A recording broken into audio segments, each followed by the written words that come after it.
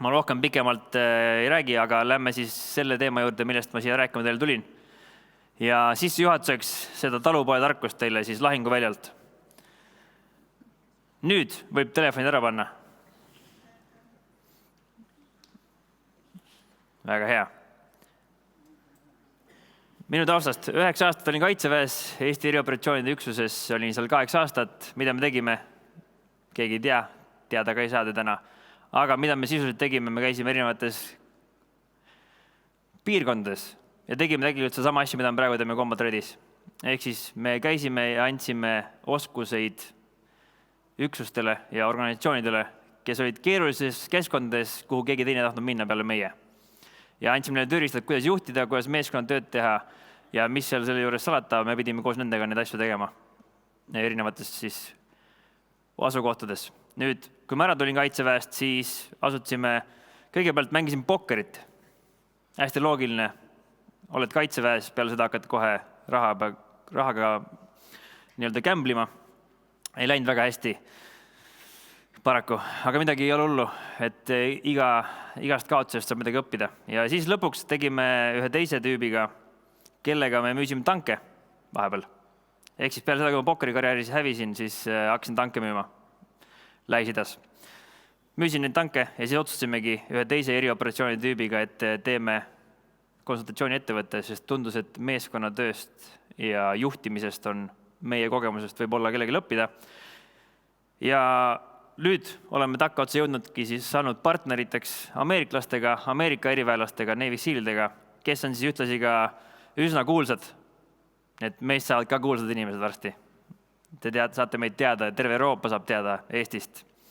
Ja nad on raamatu autorid, ülim vastutus. Ma tänase päeva lõpus kangelastele, kes on tublid, annan ära ka 2 raamatut. Nii et te peate täna väga hoolsad olema. Siis teil on õnn.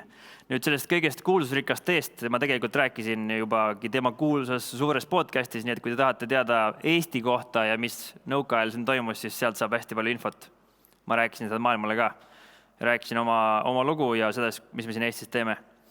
Aga kuidas me sinna jõudsime, on täpselt samamoodi, mismoodi me jõudsime lahinguväljal erinevate tulemusteni. Ehk siis need samad printsiibid, millest ma rääkima hakkan, need ei ole ainult lahinguväljal rakendatavad. Ja see on üks asi, millest me aru saime, kui me tsiviilmaailma tulime. Senikaua, kui me tsiviilmaailmas veel ei olnud, siis tegelikult ma ei arvanud, et ma midagi väärt olen siin ja ma üldse midagi teha oskan. Aga siis selgus, et olukorda sunnil pidin ma hakkama siin asju tegema. Ja nüüd, kui asjad hakkasid valesti minema, siis oli vaja võtta kätte midagi ette oma teadmise sopist ja hakata mõtlema, kuidas ma varem asju tegin. Ja selle tulemusena me leidsin esimese asjana, et see maailm, milline on lahinguväli, hakkasin mõtlema, milline see lahinguväli on. Kiired muutused, infot pole, ressursse pole, stress on kõrge, otsuseid peab tegema. Kõlab tuttavalt. Täpselt samasugune. Nüüd, võib-olla üks erinevus on see, et lahinguväljal tagasiside ring on hästi kiire ja hästi lühike. Sain teada, et tegin vea. Ei saanud, sain teada, et olin õige kasukoha peal. Ja samamoodi on ka otsustega. Kui ma teen lahinguväljal mingi otsuse, siis ma saan väga kiiresti teada, kuhu suunas asjad minema hakkavad. Teen õigesti, lähed õiges suunas, teen valesti, lähed vales suunas. Ja ma pean võtma järgmine otsus vastu. Olenemata sellest, kui keeruline või kui stressirohke olukord on, otsuseid on vaja teha ikkagi. Ja parem on teha mingi otsus, kui mitte midagi teha. Nüüd, mis on suurimad õppetunnid? Mida lahinguväli õpetab? Täpselt sama asju, mida elu. Ta teeb alandlikuks väga kiiresti, sest sa võid olla ükskõik kui kõva mees, ükskõik kui palju treeninud, siis kuuli ei huvita, lahinguvälja ei huvita ja vastas ka ei huvita, sest ma olen liigagi inimene. Samamoodi õpetab ta vastutuse võtmist, sest et kelle otsa ma vaatan, ma võin vastastel süüdistada, ma võin süüdistada oma meeskonnakaaslast, aga mina olen praegu siin, selles olukorras. Ja ainuke asi, mille peale mul loota on enda peale ja oma meeskonna peale. Ehk siis ilmselgelt see õpetab väga palju meeskonnatööd. Nüüd kõige tähtsam oskus, mis annab edu lahinguväljal, ei ole mitte see meeskonnatöö, mitte vastutuse võtmine ega alandlikkus, vaid juhtimisoskus. Ja selle juures on hea asi, et see on oskus ja seda on võimalik õpetada. Nüüd, kuidas Kaitsevägi ja erioperatsioonid seda õpetavad? Kes teab, kuidas juhtida? teoorias on kõik tugevad. Teooria on ainult 10%. Keegi näitab tahvli peal, näed, see on see olukord, kuidas seda lahendatakse. Nüüd keegi demonstreerib ette ka, milline on halb juht, milline on hea juht, kuidas selles olukorras otsused vastu võtta. Ja siis tuleb minna ja panna asjad praktikasse. Sest kui me ei praktiseeri seda, siis me tegelikult teada ei saa, kas me oskame või mitte. Ja see on juba kirju pandud 1954 aastal peale teist maailmasõda, kui teati väga hästi, mismoodi inimesi on vaja ette valmistada ja läbi seda praktika on see võimalus seda teha. Nüüd, kes on juht? Nüüd, need ei ole ainult need inimesed, kes teie tipus on ja kes siin ees seisis, vaid tegelikult iga inimene, kes suhtub teise inimesega, juhib. Miks? Sest juhtimine ei ole mitte midagi muud kui mõjutamine. Kellel on mõju teie organisatsioonis? Mõjutada inimest enda kõrval. Mõjutada inimest üleval pool. Mõjutada need, just teie uus pealik ütles ka, et kabineti uks on lahti, tulge rääkima, te saate teda mõjutada. Ehk siis teil on kõigil võimalik juhtida seda olukorda. Nüüd juhtimine ei ole ülevalt alla ainult. Juhtimine toimub igas suunas. Alt üles juhtimine on üks kõige keerulisemaid asju, miks, sest ta pole võimupositsioonil, aga ka alt üles on võimalik juhtida. Ja kaitseväes allohvitserid ja ohvitseride suhe ongi selline, üks juhib ülevalt, teine juhib alt ülesse ja lõppkokkuvõttes tuleb hea lahendus kokku, sest et alt poolt tuleb väga palju kogemust, ülevalt poolt tuleb uusi tarkusi ja otsuseid ja niimoodi see koostöö tuleb. Samamoodi tuleb vasakul ja paremal juhtida. Ka seal pole võimupositsiooni. Me oleme võrdsel positsioonil, me peame üksteist juhtima, suunama ja see on see, mis teeb absoluutselt kõigist inimestest juhi ja kõigil on võimalik midagi teha. Nüüd, mida mina aru ei saanud üldse, on see, et need kõik printsiibid töötavad igal pool. Sest ma mängisin sisuliselt maailma tipus, ma ütleks korvpalli, lihtsalt korvpalli asemel on relvad. Kõige kõrgemas liigas, mis maailmas üldse olemas on. Kõige ägedamate üksustega, mis maailmas üldse olemas on. Aga peale tööpäeva ma ei osanud seda mängu mängida. Mismoodi peal tööpäeva mäng käib. Miks? Sest ma ei tea, mismoodi keegi mulle ei suutnud öelda, et kuuled, et kui sul on eesmärk ja ülesanne ja seal on ajagraafik, siis tead, lähed koju, sul on ka vaja ajagraafikut, sul on vaja ka eesmärki, sul on vaja ka ülesannet, sul on vaja ka olukorda aru saada, sul on vaja täpselt samamoodi ehitada suhteid, nii nagu sa ehitad oma juhiga, nii nagu ehitad teise osakonnaga, täpselt samad teemad, mitte mingit vahet ei ole, lihtsalt ma ei suutnud seda kokku viia. Nüüd loomulikult ma pidingi õppima seda läbi raskete teekondade, läbi selle, et tuli teha vigu. Ja õppetundidel on suur hind. See hind, mis on meie kaitseväe õppehind, et me oleme NATOs näiteks niivõrd hea partner, siis selle hind on 11 meest. 90 haavatud. Ja hunnik inimesi, keda enam veel ei ole siin peale seda, kui on ära koju tulnud. Nüüd, tsiviilmaailmas täpselt samamoodi, see, et mina hakkasin pokrit mängima, siis selle tulemusena, mitte et ma seda halvasti oleks teinud, aga kõikide asjade olukorra saatel minu perekond lagunud laiali. Ja nüüd see minu tütar ei saa mitte kunagi elada normaalses peremudelis. Ükskõik, mida ma teen selle jaoks. Nüüd ma olen täna väga heas kohas oma elus, mu tütar on väga heas kohas oma elus, meie suhted on väga head, aga igal võidul, mis ma täna seal on jõudnud, sellel on oma hind. See, et meil on vabadus, see on oma hind. Ja seda on vaja hoida. Ja nüüd, mismoodi saab kõige paremini elada selle koormaga, et sa mõnda sõpra enda aidata? Kuigi sa teadsid või tundsid, et ta on hädas ja nüüd otsustas endalt elu võtta. Mismoodi elada sellise koormaga? Mismoodi elada nende koormatega, mis vigu me teeme indiviididena oma meeskonna sees? Minu arvates kõige lihtsam või kõige parem viis seda ongi, kui ma saan aru, mis on minu mõte. Miks ma siin olen? Mis on minu eesmärk? Mida ma tahan saavutada? Mis on minu siht? Ja nüüd selle jaoks see peab olema iga päev. Iga hommik ärkan üles, miks ma täna teen mida. Iga kord, kui ma ei mõista oma miksi, miks ma seda täna siin teen, siis ma hakkan minema sinna tumedamate aukude suunas, kus kunagi tavaliselt midagi head ei ole. Välja arvatud siis, kui sinna lõppu jõuad, siis hakkad uuesti üles minema, vaata üles, seal on valgus jälle. Aga sinna teekond ei ole väga hea ja kuidas sinna mitte jõuda, on aru saada, mis on minu miks. Nüüd, kuna see peab olema iga päev, siis kokkuvõttes minu jaoks on teie jaoks samasugune küsimus. Mis on teie miks täna siin?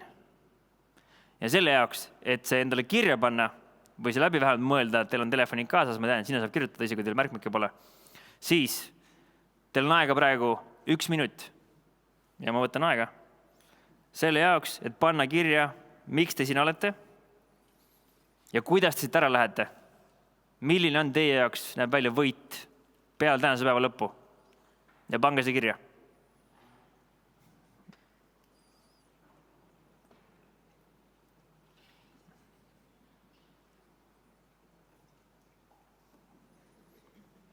Ja aeg juba tiksub.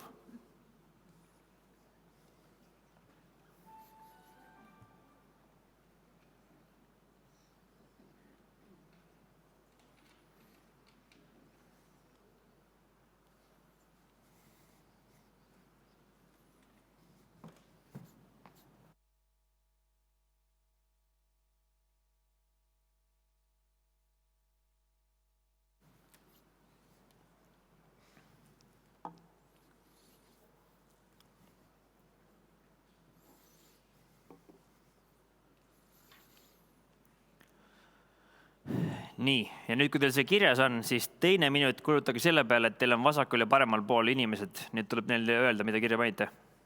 Ja need, kes ei pannud kirja, peate ütlema, et ma ei pane midagi kirja. Mul on täiesti ükskõik. Nii, et nüüd teil on 1 minut aega rääkida inimestele, kes teie kõrval, mis te kirja panite.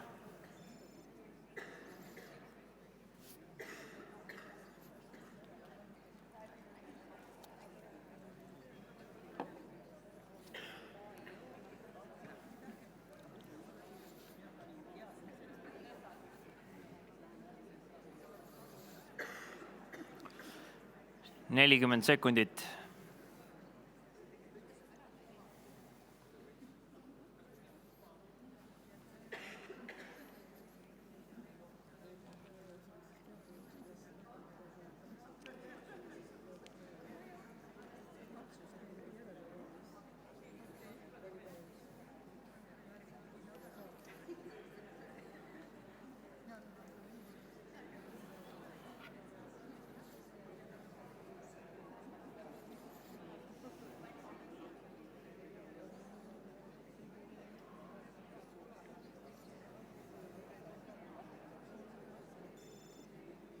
Nii, väga hea. Nii, tõstke siis käed püsti, kellel oli ükskõik. No näed, kõigil on eesmärk olemas, kõik teavad, mismoodi võiduni minna. Mis te arvate, kes vastutab selle eest, et see eesmärk saaks saavutatud? Ja paraku see on teie. Mina ei saa midagi sinna teha. Miks? Sest ma ei tea, mis teie eesmärgid on. Teie teate, mis teie eesmärk on. Teie teate, mis on teie osakonna eesmärk. Teie teate, mis on teie enda eesmärk oma positsioonilt. Keegi teine ei saa seda eesmärki täita. Miks? Sest nad ei tea, mis asi see on.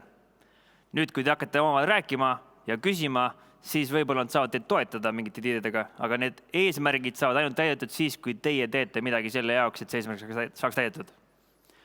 Nüüd, kui teil on vaja minna Narva, aga te ei pane seda suunda, siis te ei jõua seda Narva. Te jõuate kuhugi metsa alla või suvalisse kohta. See on ka võib-olla äge koht. Aga selle pärast me peamegi eesmärke seadma endale ja eelkõige iseendale.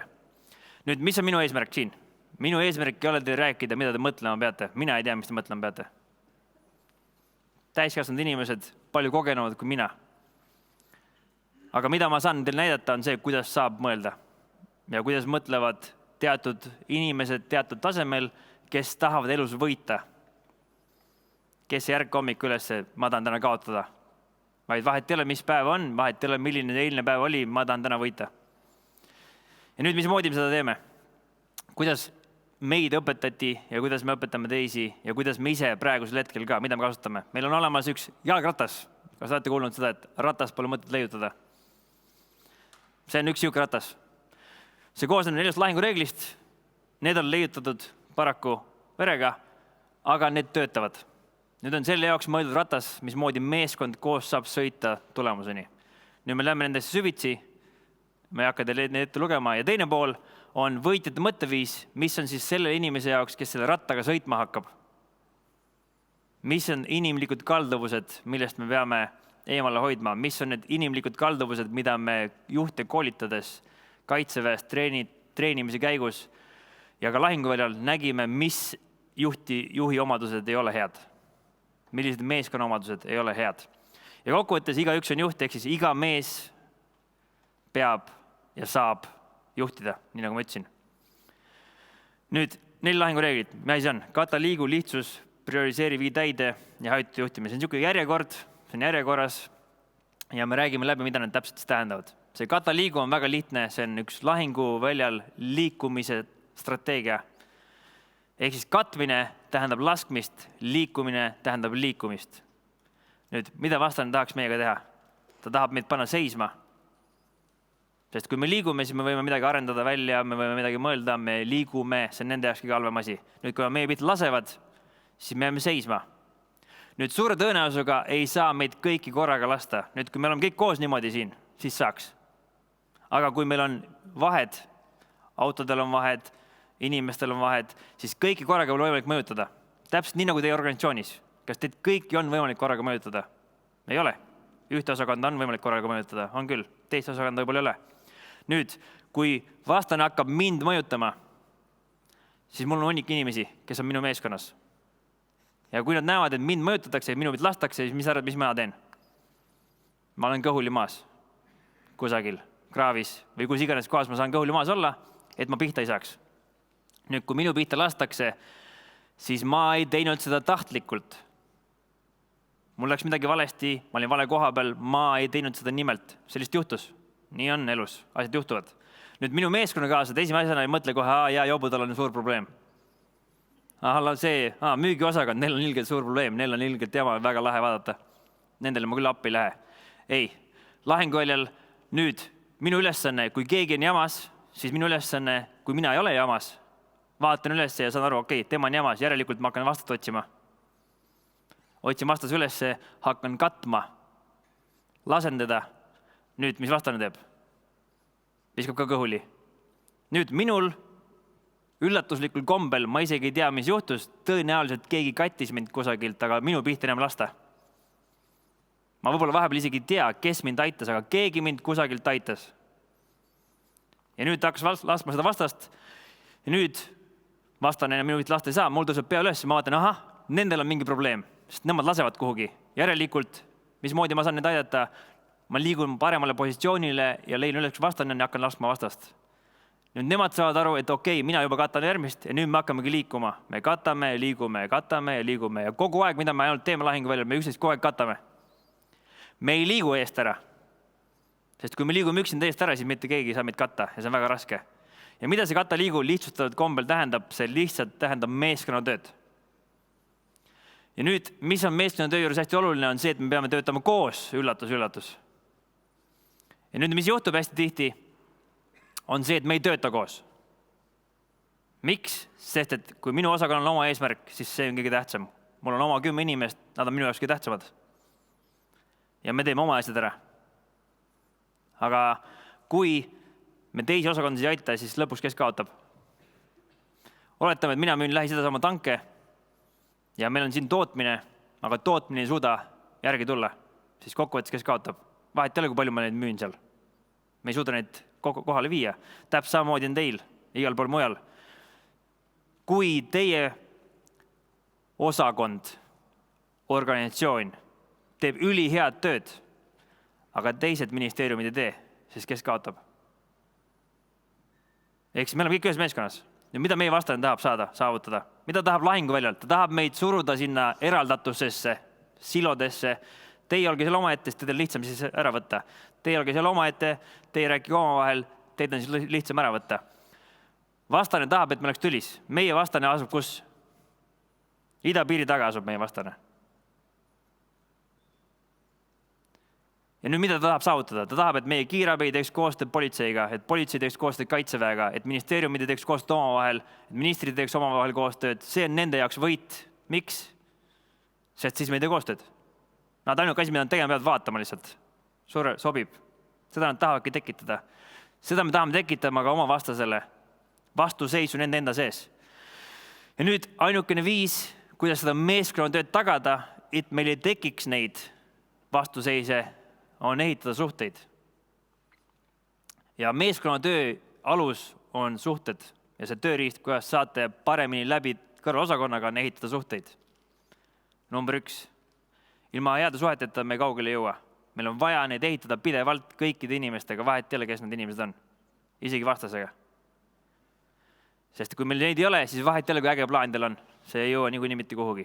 Nüüd, kui me saame aru, et suhted on oluline, me katame, liigume 11, me jääme lahingu veel ellu, siis meil on vaja plaani. See plaan peab olema lihtne. Mida tähendab lihtne? Lihtne plaan tähendab seda, et igaüks saab aru. Meil anti alguses esimene operatsioon, planeerimine 100 lehekülge.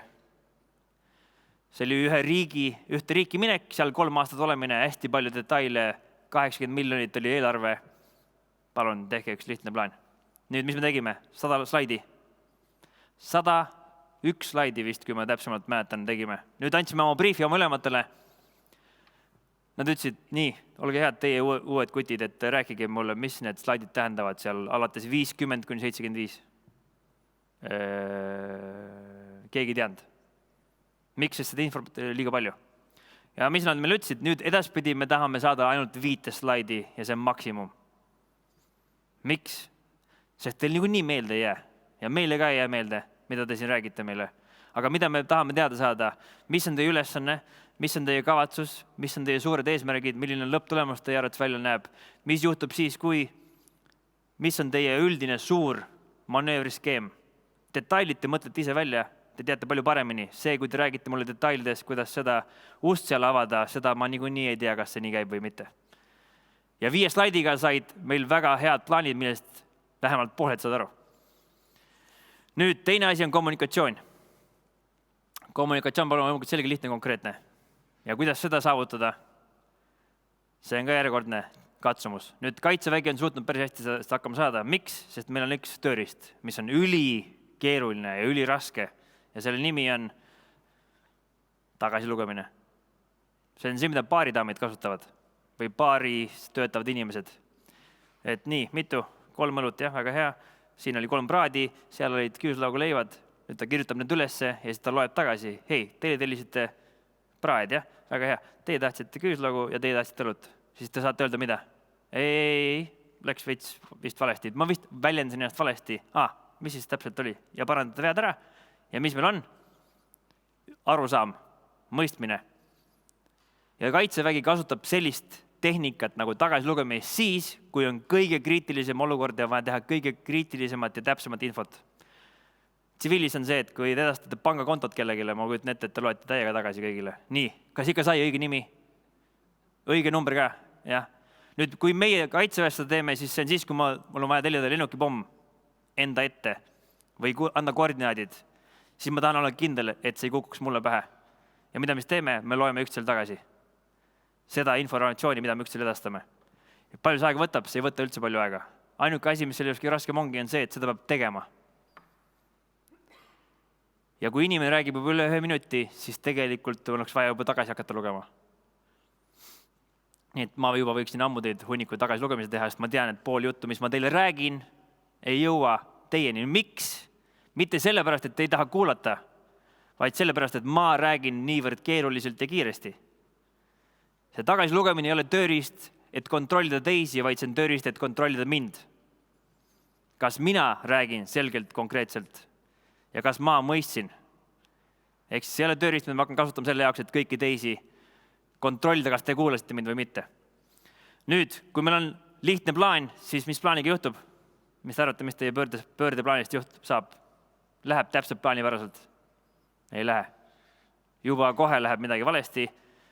Nüüd, mis meil vaja teha on, meil on vaja hakata prioriseerima, meil on vaja välja selgitada ükski tähtsam tegevus. Mida vaja teha on ja see asi on vaja ära teha. Ja siis on vaja valida järgmine ja see ära teha. Sest kes tahaks jagada kõik selle ressursi võimalikult hajutatud laiali, et mitte miski saaks tehtud. Vastane vähemalt tahaks kindlalt. Sabotaaži õpikus on kirjutatud, et tehke niimoodi. Teise maailmasõjal välja antud, muide. Väga hea organisatsiooni jaoks, kui manuaal soovitan guugeldada. Sabotaaži õpik. See annab teile täpselt teada, mida tegema peaks.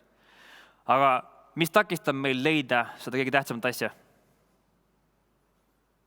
Lahinguväljal on see igal juhul emotsioon.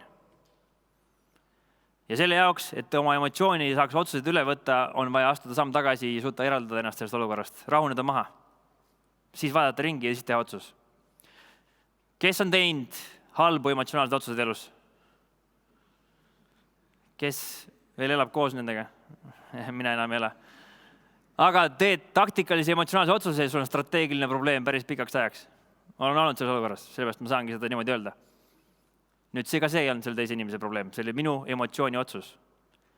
Nüüd lahinguväljal emotsionaalse otsuste tulemus ei ole head tulemused, vaid meil on katastroofilised tagajärjed. Nüüd need tunnelid ei hüüa tulles. On uus vanasõna. Emotsioon ei ütle teile, kuna ta tuleb. Teie ego ei ütle, kuna ta tuleb.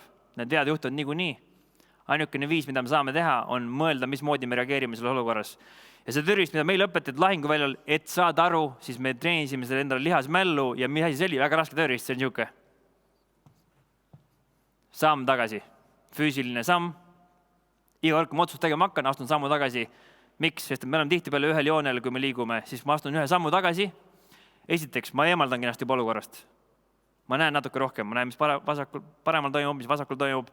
Ja nii kui ma suudan ennast eemaldada 3 või 4 sammu ja näha kõrgendikult emotsiooni vabalt olukorda, päris hästi juba tean, mida tegema peab. Kes teab, et ma ei tea, krõpse süüa tohi? Kes teab, et hommiku trenni peaks minema? Kes teab, et õhtu minema peaks? Nüüd, mis asi sinna vahel tuleb? Emotsioon. Emotsioonid ei ole, et te olete üle treeninud, mis 3 päevad pole trenni teinud. Aga üle treeninud on tõenäoliselt. Ja väsinud. Nüüd see on sama, mentaalne samm tuleb teha tagasi. Koosolekul täpselt samamoodi, sest et kui te emotsioon võtab üle, ega sellest koosolekust mida kasu ei ole. Siis te hakkate nägema, mis on prioriteet. Nüüd, kui me saame aru, mis prioriteet on ja me saame aru, et oi, kui palju asju on vaja korda ajada, siis nüüd on vaja meeskond selle jaoks tööle panna. Neil on vaja anda võimalus otsustada. Ja kuidas Kaitsevägi seda teeb, annab neile eesmärgi ja lõpptulemuse. Ja meetod lastakse valida spetsialistil. Sest et mina juhina ei tea, kuidas läbi selle seina minna. Ma ütlen oma lõhkeaine spetsialistidele, kuule, meil on vaja läbi minna sinna suunas. Siin on hunnik takistusi. Eesmärk on jõuda sealt läbi 10 mehega. Lõpptulemus on see, et 10 meest on teisel pool ja saanud läbi selle seina. Nüüd nemad lähevad ja ütlevad, kuidas sealt läbi saab. Kui ma ütleksin neile ette, et näed, kuule, siit nurgast läbi selle tala on vaja minna, siis nad lähevad sinna ja mõtlevad, kuule, siit küll ei saa. Ja nüüd küsivad, kuule, siit ei saa. Siis ma ütlen, minge vaadake paremalt poolt, seal on mingi aken. Kuule, siit ka ei saa, see aken on väga hull. Kuule, minge vaadake kust siis. Siis nad lähevad ukse juurde. Nüüd, mis ma teen? Nad tulevadki minu käest küsima. Nüüd, ma tahan, et nemad ise otsustaksid. Ma tahan, et nemad saaksid ise otsuse vastu võtta. Ja nüüd, miks moodi nad seda saavad teha, on ülioluline tööriist, mis on võib-olla kõige tähtsam, mida te juba täna tegite ka siin ühe korra. Selgitada, miks te midagi teete. Kui me saame aru, miks me midagi teeme, siis me saame otsused ise vastu võtta. Miks meil on vaja siit välja saada? Kui praegu tuleb tuletõrjealarm, meil on ülesanne. Mis meie ülesanne olla võiks? Välja saada. Nüüd, miks meil vaja välja saada on? Sest muidu me sureme ära siin. Ja milline lõpptulemus võiks välja näha, on see, kui me oleme väljas või kõik on üle loetud. Me saame teada, et see ongi läbi. Nüüd, mitu meetodit siit majast välja saamiseks on? Päris palju. Nüüd, kui ma ütlen teile, et ainukene viis siit välja saada, me peame minema läbi selle ukse, ma ei ütle teile, miks me sealt välja minna on, ma ei ütle, milline see võit välja näeb, siis te jõuategi selle akna juurde, no siit ei saa välja. Mis me järgmiseks teeme? Uksest, jah, ma lähen vaatan uksest, no siit ka ei saa välja. Aga nüüd, kui ma ütlen teile, et meil on vaja välja saada, sest me jääme sureme muidu ära siia, siis te mõtlete, okei, mul on vaja saavutada see eesmärk. Vahet ei ole, et siit välja saa. Ma lähen läbi seina, lähen ülevalt, lähen alt, kus iganes kohast, ma saan paindlikult võtta otsused vastu. Ja see on see, mismoodi nad saavad ise otsustada. Kui me anname neile raamid ja selgitame neile, miks me midagi teeme. Ja kui keegi küsib, miks te midagi teete, siis sellele võiks ka vastus olla. Sest järelikult, kui on aru, miks midagi teha, siis nad ei saa ise otsused vastu võtta. Või vähemalt see on väga keeruline. Nad peavad ise välja mõtlema, mida nad järgmiseks teevad. Need on 4 lahingureeglit.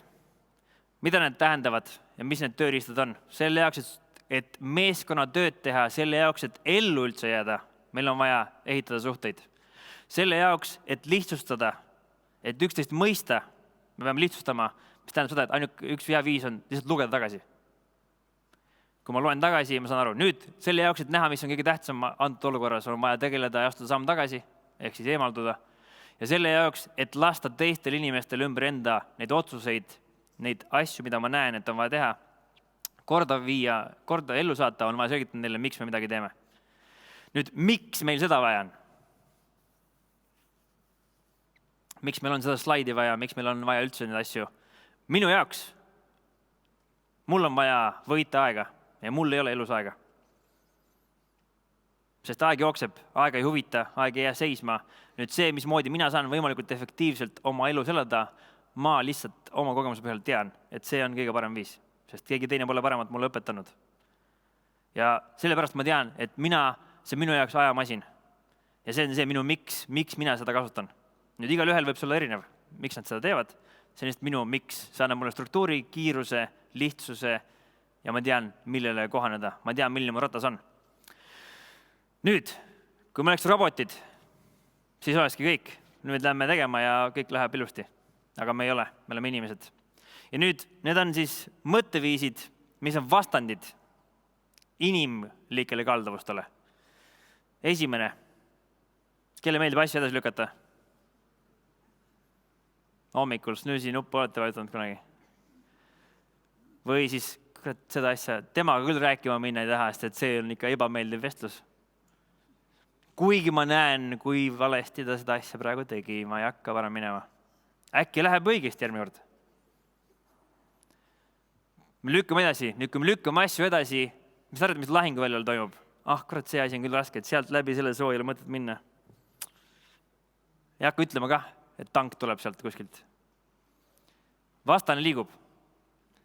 Ja kui meie ei tegutse, kui me ei haara initsiatiivi, kui me ei pane palli veerema, kui ma ei ütle, ma ei küsi seda ühte küsimust koosolekul. Kui ma ei ütle seda ühte sõna, kuule, ma näen vastast.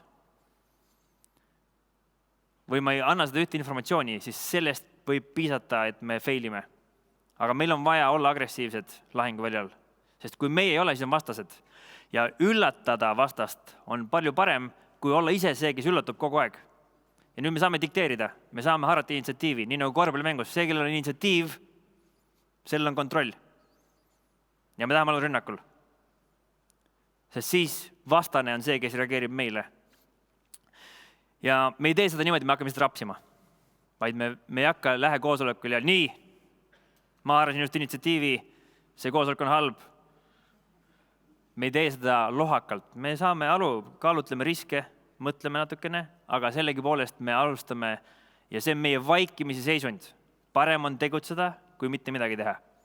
Siis vähemalt ma õpin nüüd jännest, et see ei tööta.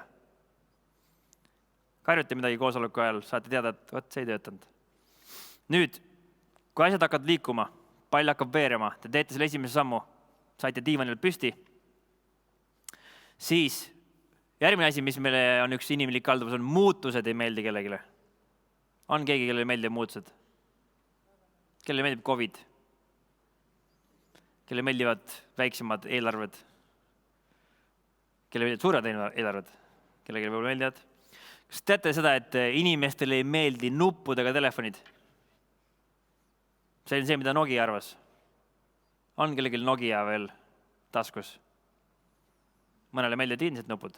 Nüüd, mis on enamasti, mis oli nende sama teine telefon, siin BlackBerry, oli üks esimesi, kes arvas, et nupud on väga head. Nemad ei suutnud uskuda, et inimestel meeldivad ekraanid. Ja nüüd neil ei ole enam seda telefoniäri. Aga nad olid naine tipus, nad olid number 1. Neile ka ei meeldi muutused. Nüüd, mis on muutuste juures minu arust ülioluline aru saada, on see, et muutused ja muutustega kohanemine ei ole seotud ressursside suurendamisega. Kel on rohkem ressursse, kas afgaanidel või NATO-l? Neil on ühte ressurssi rohkem. Ja selle ressursi nimi oli aeg. See on üks ressurss, mida neil on rohkem. Sest nad ütlesid, et teil on kellad, meil on aeg. Vaadake oma kella palju tahate, ühel päeval me tuleme ja teeme ikka nii, nagu tahame. Ja täpselt nii läkski. Aga mismoodi nemad kohanevad olukorraga? Tihtipeale esimene samm on see, et meil oleks uut inimest vaja seda, et jõulupidu pidada, meil oleks vaja rohkem raha. Sest siis saaksime teha ägedalt. Nüüd, kes on kõige leidlikumad, on need, kellel on kõige vähem ressursse. Nad leiutavad alati midagi välja. Sest mismoodi nad muidu hakkama saaks? Mida afgaanid tegid? Afgaanid vaatasid, need lõivid lähevad maja nurka, jällegi paneme sinna väikse pommi. Nii, väga hea. Läksime nurka, lendasime õhku. Jama lugu. Alguses ikka peab õppima kuidagi. Siis me mõtlesime, okei, arvu nurka lähe. 3 meetrit kaugemale. Vastane vaatas, kurat, 3 meetrit kaugemal, panen sinna pommi. Väga hea. Nüüd meie mõtlesime, et mis värk on, et me tahaks need üles leida, sest need on igal pool. Metallidetektor. Väga hea. Suured investeeringud, suur aeg, aastaid investeeringuid, kõikidel jõudsid metallidetektori, hakkasime otsima. Leidsime üles. Vastane vaatas, nii, metallidetektor. Mida see leiab? Metalli. Selge, võtame metalli välja. Panen midagi muud, mis juhib elektrit. Panid selle uue asja, 5 minutit mõtlemist ja meie lämme jälle lendame õhku. Meie mõtlesime järgmine asja, nii, maapinna radar. Sest see suudab näha maapinna tihedust. Leiame ülesse, väga hea. Siis hakkasime mõtlema, kurat, äkki ei saadagi inimesi, sest on ohtlik. Robotid, masinad ja mida vastane teeb, vastane lihtsalt vaatab ja ootab ja muudab natukene. Ja ainuke, mida ta teeb, ta jälgib. Ehk siis olukorraga kohanemine ei nõua rohkem ressursse enamus aegadest, vaid mida see nõuab, on avatud mõtlemist. Mida rohkem ressursse, seda rohkem inimene muutub hoopis mugavamaks. Ja kokkuvõttes see, mis need sinna tõi, see need edasi ei aita. Ehk siis meil ei ole vaja rohkem ressursse, rohkem inimesi. Meil tegelikult on vaja vaadata kõigepealt otsa, mismoodi me saaksime selle inimeste hulgaga ära teha asjad. Sest seal on olemas viis. Alati on mingi viis. Nüüd, mis takistab meid rohkem, ongi see sama asi, ego. Kel on ego? Ma usun, et siin on kõigil. Ja kui ei ole, siis see, kui ütleb, mul ei ole, siis see on teie ego, mis seda ütles teile. Ehk siis meile meeldib kuulata ennast ja tihtipeale me arvame, et me oleme geeniused ja mõni inimene ongi geenius. Näiteks nagu see mees seal pildil, Steve Jobs. Aga isegi tema lasti lahti oma enda ettevõttest. Sest et ta ei osanud suhteid ehitada. Tema ego läks üle pea.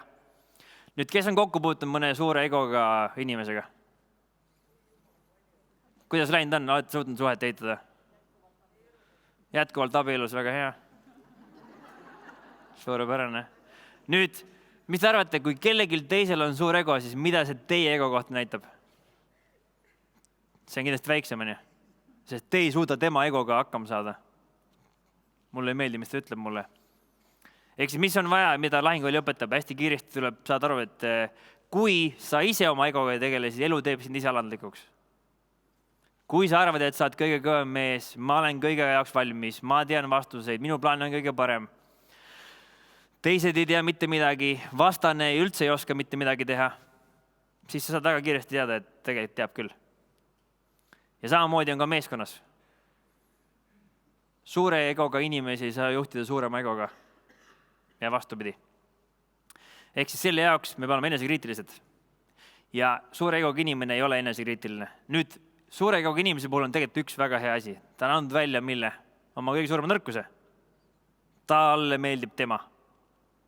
Nüüd tuleb natuke masseerima hakata seda. Ja see on alt üles juhtimine, muide. Kuidas masseerida kellegi ego? Teha seda, mida küsitakse, ehitada natuke suhet, et lõpuks saada natukene mõjutada rohkem. Aga see ei ole lihtne. Aga see on see, mida saab teha. Ja see on see, mida peab tegema, kui te tahate, et teie meeskond võidaks. Nüüd, alandlikkus on kõige tähtsam oskus või kõige tähtsam omadus juhil. 100%. Nüüd see ei tähenda seda, et me oleme passiivsed. Vaid me oleme tagasihoidlikud, viisakad ja me käitume teiste inimestega täpselt nii, nagu me tahaksime, et meie käidutakse. Nüüd üks mu lemmikuid. 4. Distsipliin võrdub vabadus. Nüüd distsipliin on just kui hull kord ja vabadus on hästi vaba. Kelle meeldib distsipliin? Mulle ka meeldib. Mu emotsioonidele absoluutselt ei meeldi see. Iga hommiku emotsioon tuleb, siis ma ütlen, et kuule, täna on distsipliini kord, sorry, sa võid magama tagasi minna oma emotsiooniga. Meile meeldib mugavus, meile meeldib ennast hoida, see on täiesti normaalne asi ja ükskõik, kes ütleb, et distsipliini hoida on lihtne, siis ta valetab teile. See on kõige raskem asi, mida teha. Sest et meie sees on emotsioonid, nad tulevad välja, nad üritavad meid kaitsta, üritavad igasugu asju teha, aga meie teame, mis on õige. Me teame, et see ponsik on ikkagi suhkruga kaetud ja me teame täpselt, mida see teeb. Aga meil on perimeeter ja seal on augud sees ja nad hiilivad läbi sealt. Ja siis nad saavad ikkagi sisse vahepeal, midagi teha ei ole.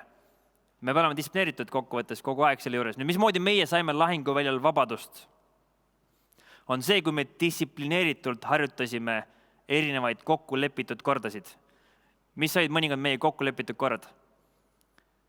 See, kuidas liikuda siin ruumis sees, kuidas istuda autos, kuidas meie omavahel kommunikatsiooni peame, tagasilugemine. Mis juhtub siis, kui põhikanal kaob ära, siis on teine kanal. Mis juhtub siis, kui juhiga midagi juhtub? Siis kes üle võtab? Me harjutasime neid asju. Nüüd, mida see annab meile? Kui me tuleme siia tuppa sisse, siis ainuke asi, mida me peame ütlema, esimene korrus, teine meeskond läks. Ja hakkab vesi voolama kohe. Pum. Kõik teavad, mida teha. See on täpselt samamoodi nagu teil on protseduurid. Nüüd, protseduuride puhul ongi see, et see annab vabaduse. Miks? Sest see on checklist, see on meie kõige optimeeritum viis, kuidas me arvame, et seda ülesannet saaks lahendada. Sel hetkel, nagu see praegu on olnud. Siiamaani, nüüd mingil hetkel see võib muutuda. Ehk see peab olema paindlik. Nüüd, sama asi on meil rahaga. Kuidas saada rohkem finantsilist vabadust? Kui te ei leia mingisugust suurt maksvat tööd, siis olemasolevad ressursse saab paremini kasutada siis, kui te olete distsiplineeritud ja käite nendega distsiplineeritult ümber. Kuidas saada rohkem aega? Tuleb struktureeritult ära teha asjad. Kuidas saada rohkem koosolekust aega välja pigistada? Kui meil on struktureeritud plaan, mismoodi me siin koosolekul teeme?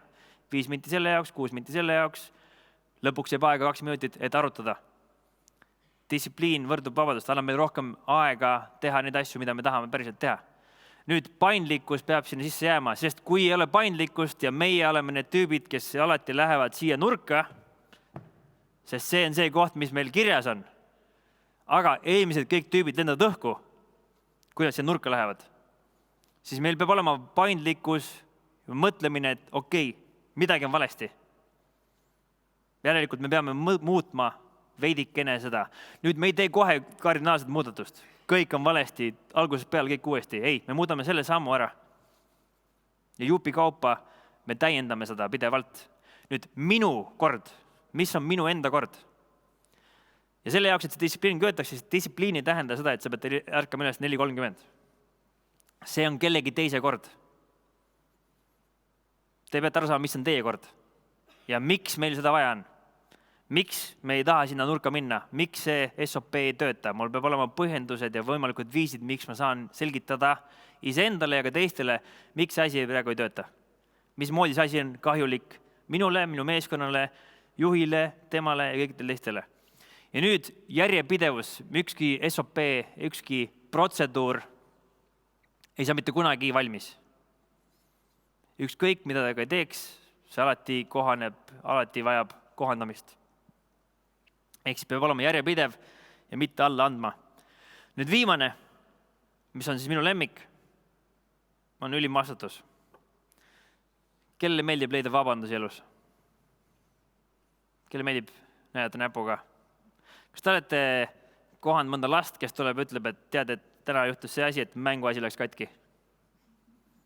Või lähete kööki ja mis juhtus siin? Piim läks ümber. Mina ei tea midagi täpselt, mis siin juhtus. Ehk siis see on väga loomulik asi. Olete kohanud mõnda siukest last, kes ütleb, nii, teate, ma lõhkusin täna mänguasi ära, mina vastutan selle eest, nüüd, mis ma järgmisena teen, ma järgmine kord enam seda mänguasi ära lõhu, järgmine kord ma teen niimoodi. Olete kohanud mõnda siukest last. Kui te olete teda kohanud, siis tõenäoliselt keegi talle midagi õpetanud. Et mismoodi võiks teha, see ei tule loomulikult. Et nüüd ma tean, mida täpselt teha. Täpselt sama asi vastutuse võtmisega. Me kõik teame, et vastutus peab võtma, aga kuidas seda teha. Mis asi see on? See on talupoja tarkusega on väga lihtne. See on ei vabandustele ja ei teiste süüdistamisele. Sest isegi kui ma kedagi süüdistan, siis kolm näppu näitavad ikka kurat minu suunas. Üks näitab üles veel. Et võite küll näidata, aga teate, et tegelikult 3 tükki minu suunas. Ja mida see tähendab? Kes on teie elu omanik? Naaber, ma arvan, ikka kindlasti. Või minu ülemus. Nüüd, kui mina olen oma elu omanik, siis mida ma saan teha selle jaoks, et minu elu läheks paremaks? Tööl, kodus, ükskõik kus kohas. Nüüd, kas see, kui ma süüdistan oma juhti, kas see aitab seda juhti? Suure tõenäosusega aitab, kui ta kuulab, sest ta kuuleb, mida ta valesti teeb ja nüüd ta võtab selle enda teada ja ta teeb paremini asju. Nüüd, te aitasite teda. Ennast ei aidanud. See, miks teie juht ei juhi, on sümptom sellest, mida teie ei ole teinud. Eks mismoodi me tahame meeskonnas mõelda, mismoodi meie tahtsime oma meeskonnas mõelda. Kui minu juht eksib, siis on sümptom sellest, et ma olen jätnud midagi tegemata. Ma olen jätnud talle midagi ütlemata, ma ei osanud kommunikeerida, ma ei näinud seda auku, kuhu ta astuma hakkas, või ma nägin, aga ma ei öelnud. Kokkuvõttes me kaotame kõik. Nüüd, kui mina olen juht ja minu meeskond ei tööta, siis see on sümptom sellest, et mina olen midagi tegemata jätnud või teinud midagi. Eks vahet ei ole, mis kohast seda vaatate, ma vaatan endale otsa. Mina olen juurpõhjus ja minu ümber on sümptomid, mida mul on võimalik mõjutada. Ja ma usun, et te olete olnud mõnel koosolekul, vähemalt kaitseväes oli väga palju selliseid olukordasid, kus me tegime operatsiooni, tulime tagasi ja mida halvad juhid tegid? Halvad juhid tegid seda tagasisidet selliselt.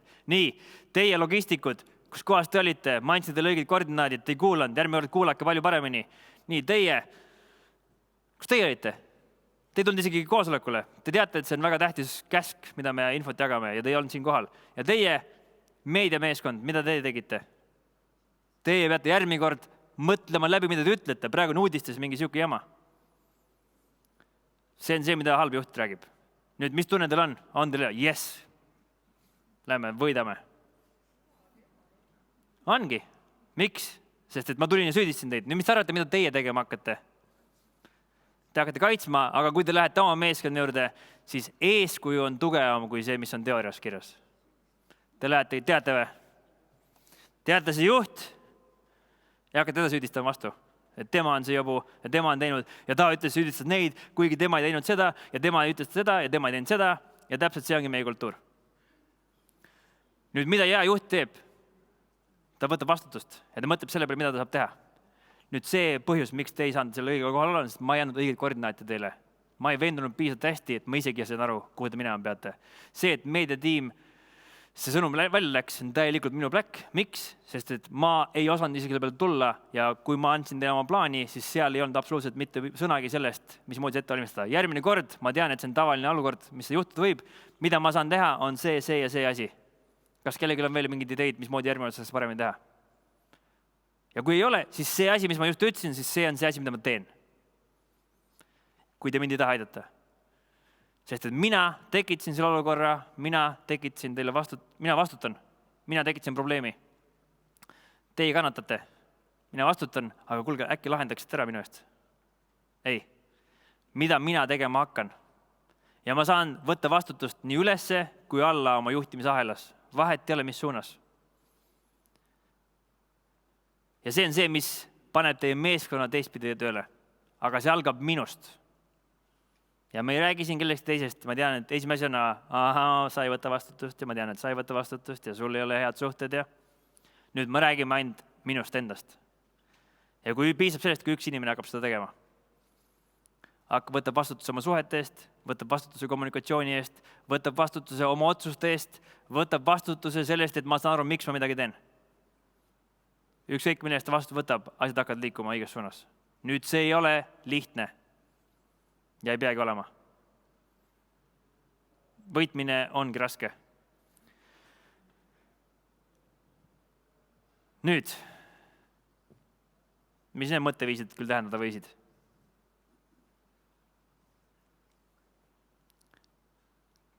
Initsiatiivi haaramine tähendab seda, et tuleb panna pall veerema. Nüüd see pall veerema võib ollagi, et ma küsin just ühe küsimuse. Kui see küsimus on küsitud, või pall on hakanud veerema, siis mis juhtub keskkonnaga? See keskkond muutub. Ja nüüd selle jaoks, et kohaneda, ma pean küsima küsimusi ja otsima tagasidet. Sest kui mina ise endale olen tagasidet, kuule, olete kunagi on olukorras, kus keegi ütleb teile, ma olen teie ülihea meeskonnakaaslane. Tegelikult, kas hea meeskonnakaaslane peab ütlema, et on väga hea meeskonnakaaslane? Ma olen ülihea juht, te lihtsalt saa aru sellest. Tulemused ei tule sellepärast, et teie ei oska. Aga mina olen jumala hea meeskonnakaaslane ja väga hea juht ka. Samamoodi vastuvõtmisega. Inimene, kes võtab vastutust, ei pea selgitama seda teistele. Te teate ja tunnete seda, sest meil on väga head näitlejad. Ja samamoodi on ka selle juures, me peame küsima need küsimusi, sest kui me küsime neid küsimusi, siis esimene asi, mida me ei taha teha, me ei taha kuulata neid vastuseid. Sest need vastused räägivad tõenäoliselt midagi, mida ma ei taha teada. Ja nüüd vaikimisi ma tahan kuulata ja mõelda, et see, mida teised ütlevad, see on õige. Mitte see, mida minu pea mõtleb. Ja nüüd, kui ma seda kuulan, siis ma saan aru, et kuule, et eesliinist öeldi, et ärge sinna nurka minge, seal on enamasti IED-d, iseenesest lõhkekehad. Siis nüüd ma muudan oma protseduuris seda ja lähen järgmine kord ja vaatan ja väldin neid olukordasid. Nüüd, kas ma suudan alati 100% ikka hästi õigesti teha? Ei. Mul on vana harjumus sees. Aga nüüd ma peangi proovima uuesti ja uuesti ja uuesti ja uuesti. Ja nüüd, kui midagi läheb valesti, siis teiste süüdistamine ei aita. Ja vabandust otsimine ka ei aita. Aga nad ei öelnud meile, et seal maja nurgas on pomm. Ei öelnudki. Mis kasu sellest on? Nüüd on see olukord käes. Nüüd tuleb see olukorraga midagi teha. Nüüd, kas on olemas olukordasid, kus ei saa vastutust võtta? Laps saab vähi, mingi joodik sõdab selle naisele otsa kuskil. Tulebki seda. Ma ei saanud minna ja teha oma asju. Nüüd on olukordi, kus me ei saa midagi teha, mis on minu mõjualast väljas. Aga olenemata sellest, milline on olukord ja kui hull on olukord, siis 100% olukordadest saate võtta vastutust sellest, kuidas te reageerite selle olukorrale. Mida ma teen peale seda, kui ma selle info teada sain. Ja mul on alati võimalik võtta vastutust selle eest. Nüüd, mida annab mulle võitjate võtteviis, mis on selle osa miks? Siis minu jaoks see miks on, et ma saan omada kontrolli. Ja ma tahan omada kontrolli elus. Kui üks andis aja, siis teine pool annab kontrolli. Ja nüüd kokkuvõttes see ongi see vundament, mis annab mulle mille? Kontrolli oma aja üle. Ja lahinguväljal meil on aega alati vähe. Nüüd ma ei tea, kellest teist on aega elus vähe või liiga palju, siis rääkige mulle ka, mis te teete, et teil liiga palju aega on. Aga mul ei ole aega. Ja kellelgi pole aega. Aeg jookseb. Kui me tahame aega veeta oma perekonnaga, teha neid asju, mis on ägedad ja teha asju korda, siis meil on vaja aega kasutada otstarbekalt. Ja minu jaoks see aeg võrdub elu. Ja nüüd need on kaks asja, mismoodi seda saab.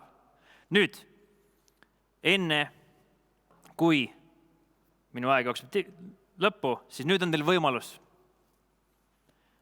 pöörduda oma naabrite poole, vaadata neile otsa ja meenutada, tegelikult mind ei huvitanud üldse see. Ja nüüd on teil võimalik 3 minutit omavahel vestelda ja rääkida, mis te endaga kaasa võtsite sellest presentatsioonist. Sest see oli lihtsalt teooria. Mis on need põhilised asjad, mida te ära tundsite, mis on see asi, mis mõtted teil tekkisid. Ja nüüd palun tegutsege. Arutage omavahel.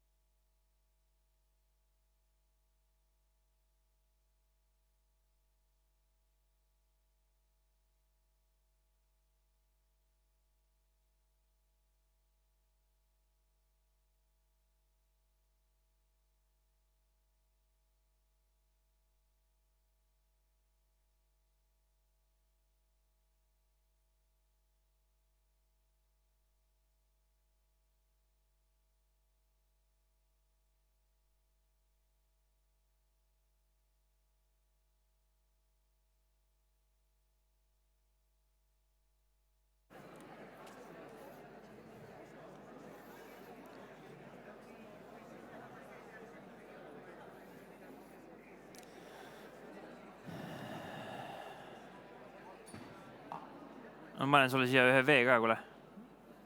Tahad igaks juhuks? Võtan enda oma ära.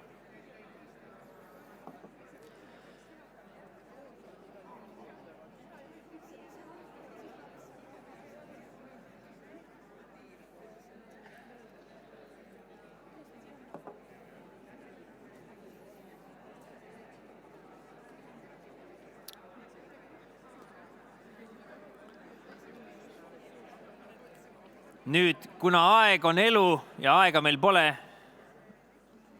siis siin on teil võimalik küsida ka küsimusi. Et panna need päeva lõpus, sest päeva lõpus meil on aega ka vastata teie küsimustele.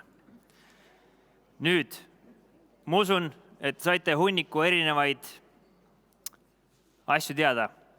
Aga nüüd, kui te võtate telefoni välja ja te lähete sinna tagasi, siis see on see võimalus, kuidas saate küsida küsimusi järgmiselt esinejalt. Järgmisel esinejal on 15 minutit.